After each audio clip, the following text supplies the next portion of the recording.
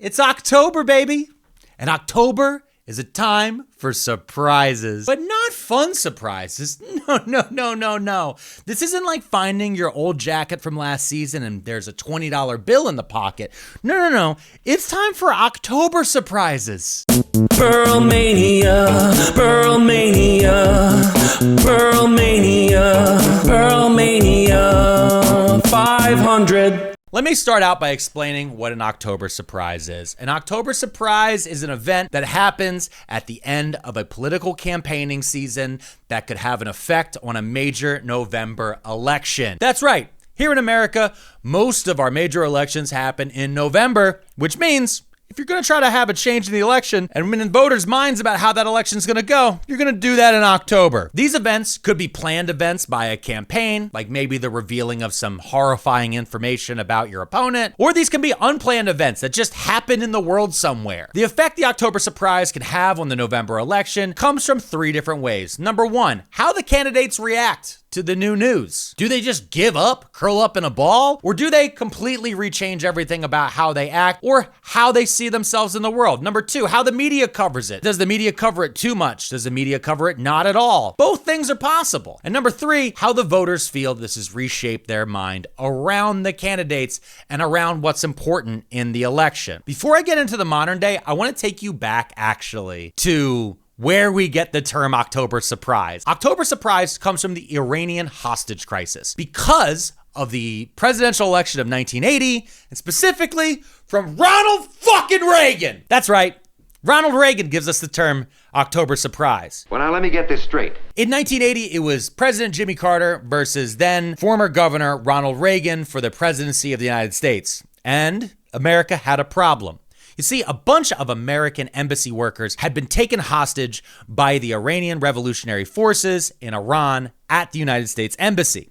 This was a big issue. It was caused by a lot of reasons. I don't want to get into all of it.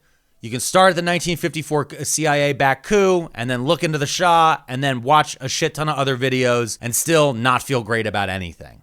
But what you need to know is this. A bunch of Americans were being held hostage for over 400 days. Jimmy Carter was the president. Everyone in America was staring at Jimmy Carter saying, when are you bringing back our hostages?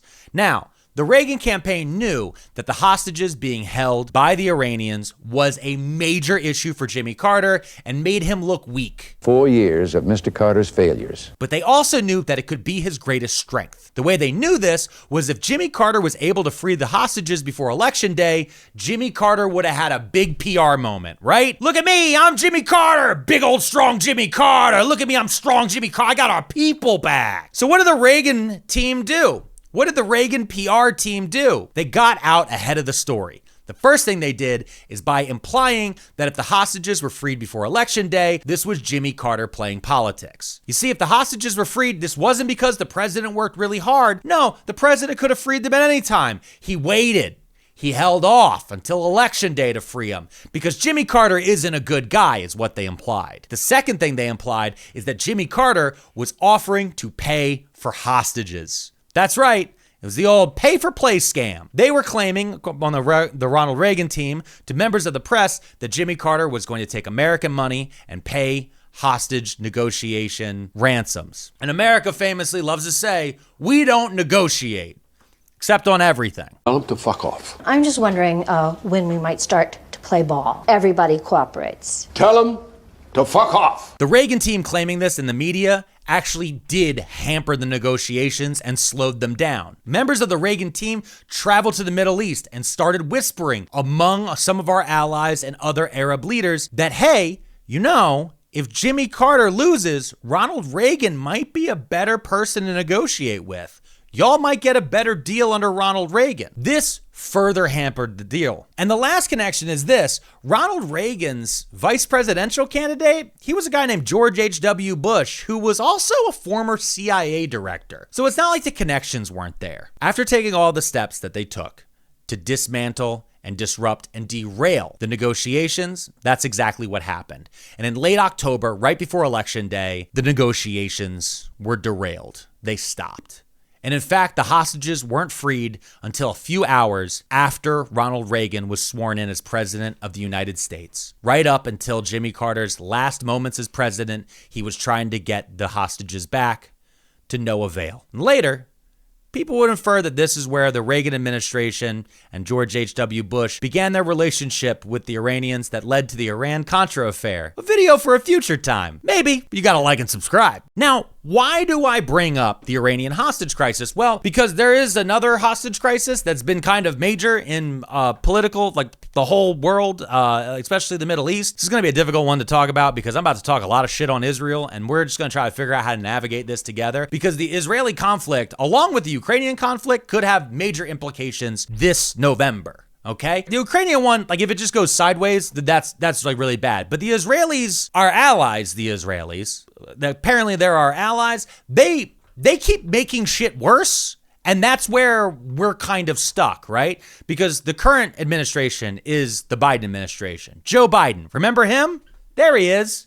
There he is on a beach. Joe Biden is the current president of the United States. His vice president is Kamala Harris. She is running for the election for the presidency of the United States. The Biden administration has bungled its handling of Israel in ways that are kind of unfathomable. The Israeli government has been committing murder. There's no other way to put it. And the Israeli government has been, since October 7th, 2023, has been expanding their conflict in any way or shape or form that they feel like. Specifically, Prime Minister Benjamin Netanyahu, the butcher of Gaza, as he should be called, has been spending the last year reveling in the fact that he isn't about to be kicked out of the prime minister seat in Israel. He's been using the conflict there for political gain, but also he's been using it to do his favorite thing in the world, which is just be a complete and utter shithead and psychopath. And Joe Biden has done little, if anything, to stop this man. And unfortunately, for not only the people of Gaza, but now the people of Lebanon and the people of Yemen and Iranians and anybody who just happens to be walking around, well, it just keeps getting worse. And while it's getting worse, we're seeing this in our social media feed. Since October 7th, 2023, when the eyes of the world turned to the region, we've all seen so many scenes of death and disruption and devastation. How many kids have we seen dead on IG Reels? How many blown up hospitals have we seen on TikTok? How many YouTube shorts about bombed out schools? In 1 year, the IDF has killed 900 children under the age of 1 that we know of. They never made their first birthday. And all of this is now tied deeply to Joe Biden, which is then tied deeply to his vice president, Kamala Harris. These escalations, more recently with the pager attacks by the Israeli government on Hezbollah in Lebanon, Iran firing rockets at Israel, and then Israel firing back, other different things that have happened throughout the region. All of these things not only scare the American voters and the American electorate, but it makes people tune off and tune out. And one area this could really have a big effect is in Michigan. Voters in Michigan have stated repeatedly, especially in the large Arab population there, that they don't want to vote for an administration that has ties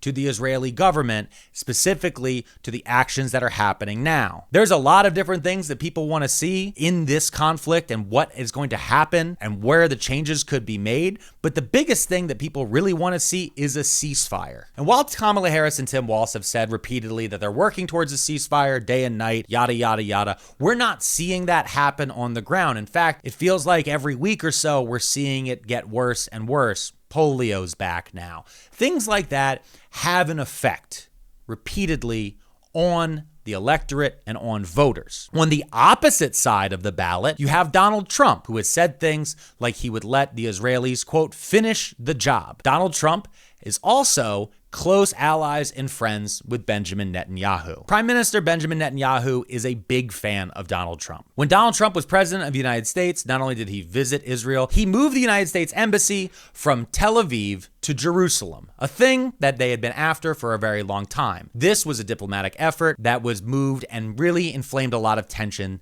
in the region. Donald Trump recognized the seizure of Golan Heights, which is land stolen from Syria, as being Israeli property. Donald Trump basically gave Israel anything it wanted, and then Israel turned around and then applauded and patted him on the back. Golan Heights, you could look up Trump Heights, which is a neighborhood of a settler community that was named after Donald Trump back when he was the president of the United States. Recently, Netanyahu and his wife visited Donald Trump at Mar-a-Lago, where they gave him a gift, and then they hung out, and then they talked about the world. You know, Logan Act stuff. Members of Netanyahu's cabinet have openly stated that they want Donald Trump to be returned to the White House because, quote, I believe that with Trump, Israel will receive the backing to act against Iran. Ben-Gvir told Bloomberg directly, quote, with Trump, it will be clearer that enemies must be defeated. This has led many people into wondering whether or not the Israeli government is actively acting to bring Donald Trump back to the White House. But it's also led people like myself to wonder, is Donald Trump telling the Israelis to keep escalating so he can go back to the White House? You see, Donald Trump knows that the more Israel is in the news, the worse it looks for the Biden-Harris administration, and the less chance they'll be able to have to pivot away voters who have been turned off by seeing so many scenes of death and destruction. Oh, and before anybody starts yelling conspiracy theories and calling me names, this was my grandma's. That's my grandma's. This is my family's. Also, my last name's Pearlman. So, like, come on. Now, I know what you're thinking. A Republican candidate, especially a presidential candidate, there's no way that they could have an effect on a war, except it's happened before? Because Richard Nixon did it. Morbo congratulates our gargantuan cyborg president. May death come quickly to his enemies. That's right. Richard Nixon extended the Vietnam War to win the presidency. The year was 1968. The race was Richard Nixon versus Hubert Humphrey. Hubert Humphrey was the vice president under Lyndon Johnson. Lyndon Johnson started the Vietnam War, and he couldn't stop it from escalating, and it kept getting worse. And the Vietnam War kept filling up headlines, and students started protesting, and people started yelling that they didn't want their bombs being used overseas to kill children. You starting to feel what I'm putting down? You starting to pick up what I'm putting down?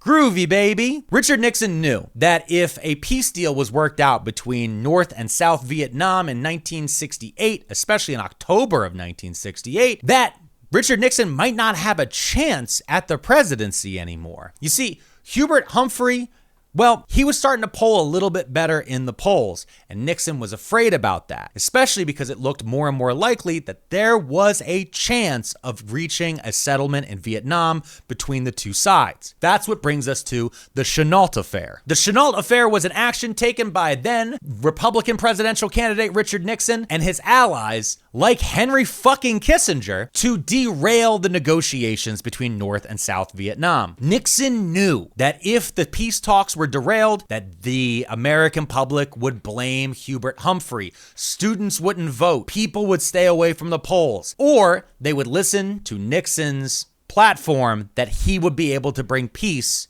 in Vietnam. Nixon's plan was successful, and the peace talks were called off on October 30th, 1968, days before the election. Nixon won the 1968 election, and the war went on for another 4 years. And in fact, Nixon and Henry Kissinger escalated the war. They began secret bombing campaigns in Cambodia and Laos, causing more death and destruction than anyone could ever imagine. Richard Nixon was a criminal who had to flee the White House under the threat of impeachment. My conclusion is this: October surprises I actually don't think work anymore. I think 2016 was probably the last time an October surprise could truly work, because that was when we had the Access Hollywood tape with Donald Trump saying grab him by the pussy, or with the Clinton campaign having the email investigation be reopened by the FBI director days before the election. That probably had a little bit of a sway. A tiny bit of a sway in just enough of the states to throw off the electorate. But these days, I feel like, especially in this election, we're all pretty set in our ways. Between mail-in ballots, early voting, and everyone having made up their mind 4 fucking years ago, I feel like the question now isn't what news is going to change our mind. The question now is how many people are actually going to show up up to vote? How many people are going to use their ability to choose our next president this November? As I mentioned, with Michigan or with other places, people staying away from the polls would have more of an effect than people changing their minds from one candidate to the other, the way the media often likes to portray it. Which side can get people physically to the polls, physically to the ballot drop-off box, physically with a mail-in ballot in their hand and a pen to fill it out correctly? That is going to be the most important part, the ground game. And once the ground game is over, who has enough lawyers to then defend it in court? And once the court cases are done,